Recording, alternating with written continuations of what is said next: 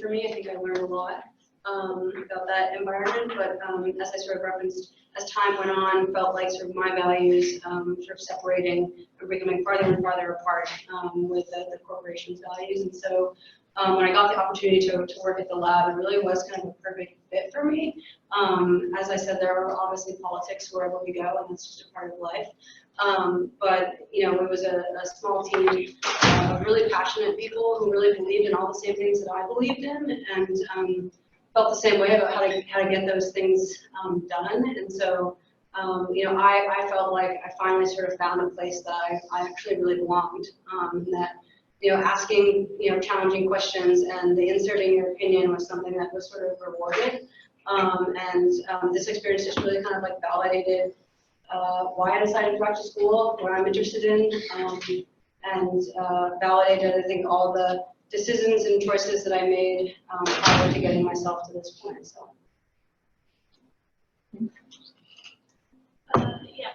So for me, as I said, it was a nonprofit, and for me, I was able to work closely with my supervisors just because their staff was smaller, and with that, I was able to just have a connection with them beyond just me and my supervisors. There's also like personal, they would check on me and I would check on them, and through that, I was just able, through conversations, I was able to see how they were working at the Art Connection, while also having their own other personal jobs of their passions, of an array of sorts. And through that, I was able to see from my supervisors just the needs of just having, you have your main job, but you also have other jobs that you want to do, but also the work of them having passion, both the nonprofit of what they're pushing forward as a mission, but also within their personal lives of combining it into one, was really inspiring for me, because I've always felt like either I had to choose my passion or I had to choose a job that's going to provide me economic stability, and being able to see all my supervisors be able to do both was inspiring me of like, this is actually something that's possible. It's not just like a fad or imagination. Excellent. And so this next question we had prepared as well for Jayla and Angie, but it regards a powerful example of how you connected with other fellows into the larger network, and that could include, since you've become a fellow, of course, that could include your cohort, your buddy, the greater network that you were able to connect with. So we'll start with you, Angie. Well, I mean, as you can see, my cohort is awesome. But the two specific examples I had in mind. So, as I said, before Segal Fellowship, I didn't have any mentors who've been in this field. Like, I've had advice who are like, oh, you want to work with students with disabilities? Like, good luck. Or like, you'll do great, but like, they have no specific like advice for me, or they're like, oh, I've been in your place, like, you're gonna do great. So, two people. The first one is my Segal buddy, who is Leah Igdalski. She's a 2013 fellow, and she interned at Special Olympics in Washington, D.C., and also worked at the Lurie Institute of Disability Policy here at the Heller School. So hearing her speak about her experiences has been really inspiring, because I always thought working with special education students meant I have to be in school or whatnot, and like, she hasn't taught in a school before, so it's been really awesome to hear what other routes I can take. And then the second person is my supervisor, John Ann at the center. I believe she's watching through Zoom, so hello everyone at the center. They're back in California. And she's an educational psychologist and a professor at Chapman University. And I can talk about her for hours, but she's just everything I want to be when I grow up. She's just so compassionate, and she's really awesome at what she does, making sure she's sending proper emails, proper calls, to make sure that all the students are getting the services that they need. Thank you. And this is our last question before we turn it over to you all and see what else you all want to share. But the other thing that the group wanted to share beyond their presentations was some examples of what their experiences taught them about, reminded them of, or disproved for them about working with mission-driven organizations. And so Leah and Sohaima wanted to speak to that. Yeah, so something specifically that I learned in my internship experience with the mission-driven organizations like IRC, I learned that as wonderful and rewarding as it is to work about something that you're passionate about and that you put your full self in, when you do the kind of work that you put your full self in, it is very possible for you to experience burnout, and how it really taught me how you really need to be able to prioritize self-care when working with mission-driven organizations that you are so passionate about. Otherwise, it leads to decreased efficiency in the organization and within yourself.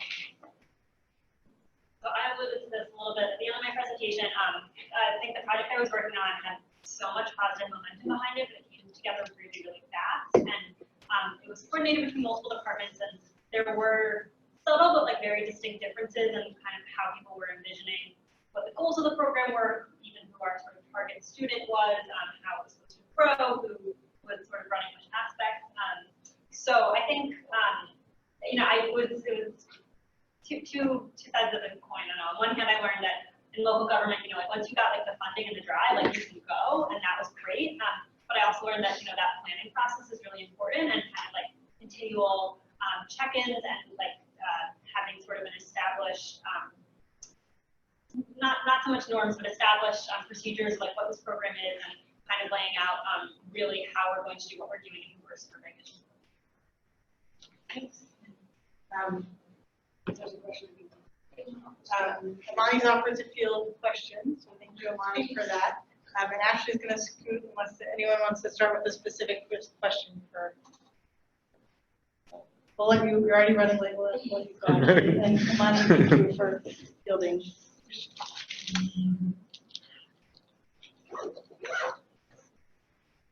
I'll break this. Hi. What role did you discover that art plays in strengthening the civic infrastructures through the work of your internship? The civic infrastructure. For me, what I feel like, interpreting your question, the answer, I felt like it creates a community, like it builds a deeper community. Just because, and it builds more connections in different genres. Because I didn't expect to go to a nonprofit that deals with immigration, Muslim law, and just refugees, and expecting them to feel like art will help the space of refugees, help them feel calm coming from where they're coming from into the U.S. And being able to talk with the directors of that specific nonprofit, of knowing just different colors that could trigger them or not, or other aspects of what they felt like would help refugees and things like that, I felt was starting to build the idea of the civic infrastructure in that aspect.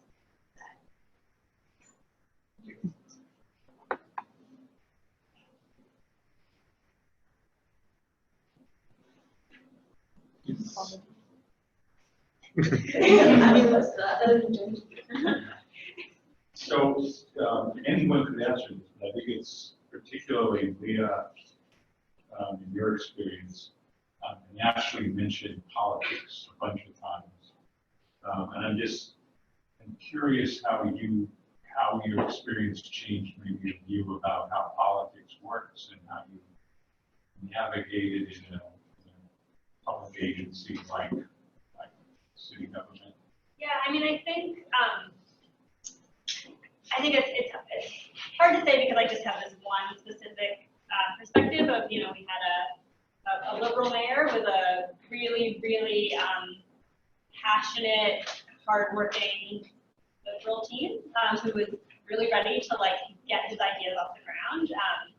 I think though that you know, you talk about how, you know, bipartisanship happens more on the local level, and I think that one of the biggest things was that, you know, I think there was certainly like politics in the sense of like figuring out, you know, what do we have to do to get this off the ground, make sure people feel included, making sure that we're prioritizing things in a way that feels right to everyone. But in terms of like more traditional party politics, it was just really exciting to see that not play a role. And, you know, that may have been because I think a lot of people who I was working with agreed politically, but I think on the other hand, there really did not seem to be any sort of us versus them mentality, and this was really like everyone I was working with just wanted to support Boston residents in any way they could, and I just like never heard any talk of, I didn't even hear talk of working across the aisle because it didn't really seem to be an aisle, because even if people, you know, somewhat disagreed on what these programs or what the right programs were, everyone just like really wanted to help build Boston, build economic mobility in Boston in any department that I do. That was really exciting. Your question.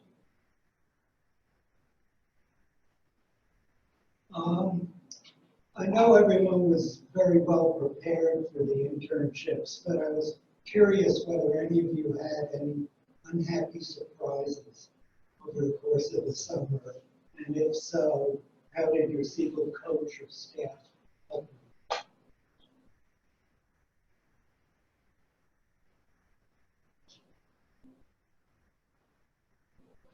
It just happened, but you know, like the time demo we just finished, I'm trying to remember that. Maybe you can talk about what you guys discussed at your, when we had our cohort check-ins, because those were some times when we discussed some of those things.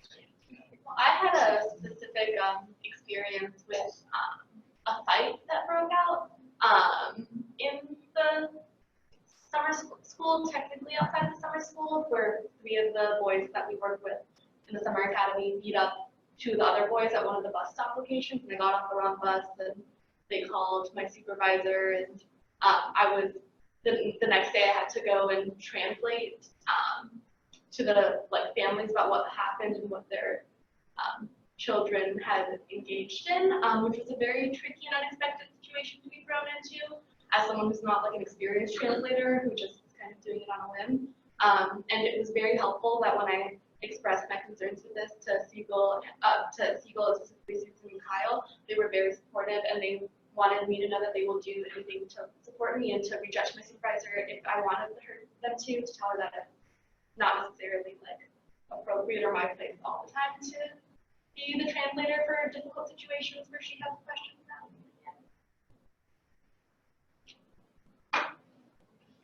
Yeah, I'm going to use a word that none of you use, but I think it might be operating, which is I get the sense that in multiple ways this summer was transformative for you. And you talked about your thoughts about your post-Brandeis lives. I'm curious to what extent and in what ways you see yourself and your relationship with Brandeis and Heller. So if any of you could speak to coming back now here for the rest of the time you're going to be here, what this place feels like it means to you.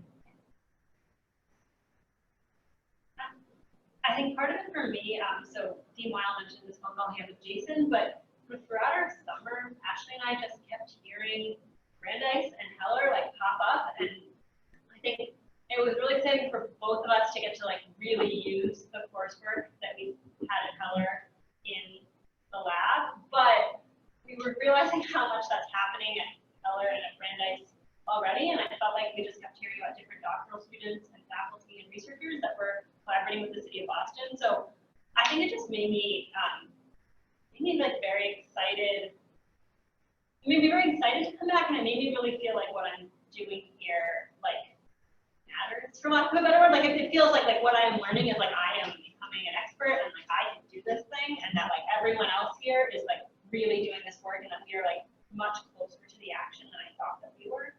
That's been great. Speaking to the first half of what you said, so I kind of had a different experience. So my internship was back in Southern California. Nobody knew what Brandeis was, except for one doctor who's actually from Somerville. He's like, oh, Brandeis. I'm like, oh, you know Brandeis? He's like, yeah, I live really close to there. But other than him, I've had other doctors come up and I'm from Harvard and all that stuff. Well, Dan, over here. But I think, I mentioned before, Brandeis, the undergrad courses, I haven't been exposed to special education or any of that. I think it was my second semester of junior year last year where I took my first disability-centric class, and that class just completely blew my mind and helped me realize that I don't know much about the field I want to go into. But I think coming back to Brandeis, even if those specific classes weren't accessible to me, I know there are other people through Segal and at Heller at the Lurie Institute here that I can speak to and turn to about new learning opportunities. So you said, Leah said, I was very excited to come back and be okay, how can I network in other ways? And because I know there are more people at Brandeis who are interested in this, even if it's not one set course that I'm taking.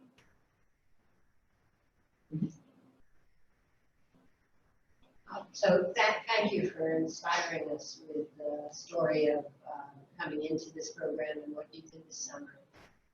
Each of you and the two who are up here with you are members of a lot of communities. From where you live, from where you've gone to school, from the community in which you want to advocate. Segal fellows form their own community. Most deeply gotten a chance to experience that among your cohort and maybe touched upon it with your buddies. I think it was Angie who talked most about the cohort. And in about a month, you're going to be engaging with a larger network of Segal. So I'm just curious from your experience with this community. What's your hope for how this community can help you and how you can help others in the community going forward? So I'm pulling you a little beyond the subject today.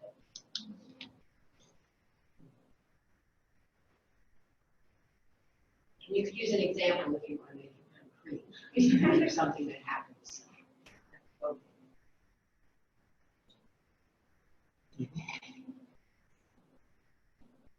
I feel like just like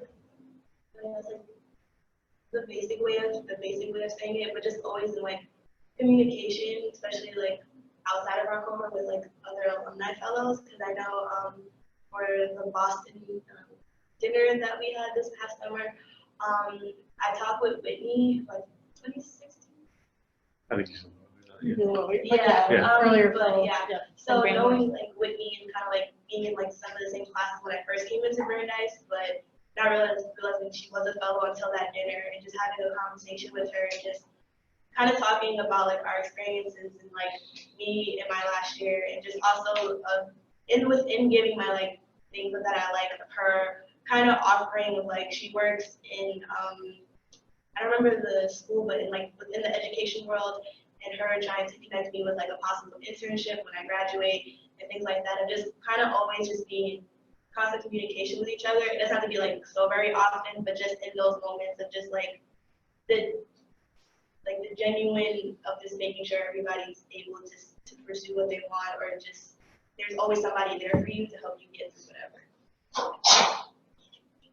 I think going off of that, it's just popped into my head. So you were saying, so I haven't thought it through too much, but I think like just having more like specific opportunities to talk to more fellows. So I think like having a buddy has been great, and I know this group really well, and I know for the cohort above us, and maybe have like one or two people in the cohort above that. But like if I had the opportunity to like have a one-on-one phone call with a fellow like once every other month, like I would love that. And I think especially all of us, we've got specific interests, but I think there's definitely fellows who have those same interests or related interests, and just like the more opportunities we have. And I'm also like a one-on-one person, I'm not a big group person, so like the more opportunities I have to like have an awkward 20-minute phone call, like what do you do? How do you get there? Like I would like that. So It's funny you say that. I think my first phone call with my buddy was literally, she's like, hi, what do you want to talk about? I'm like, who are you? What do you do? Like, how did you get here? It was kind of just figuring that out. Anyone else want to share their thoughts on that? Well, I think we have a little bit of time to stick around in the room in a smaller setting. Let those who joined us virtually go. We want to thank all the fellows, founders, internship supervisors, others, family who are joining us online. And thank you to everyone here. And we want to formally give you guys your legal pins so that you can now identify yourselves as legal fellows from every outfit that you have, in addition to from the inside. So just on behalf of Kyle, the Segal family, the Center for Youth and Communities, hopefully you all were inspired by you and by Ashley and Jayla, and we're inspired by having the chance to continue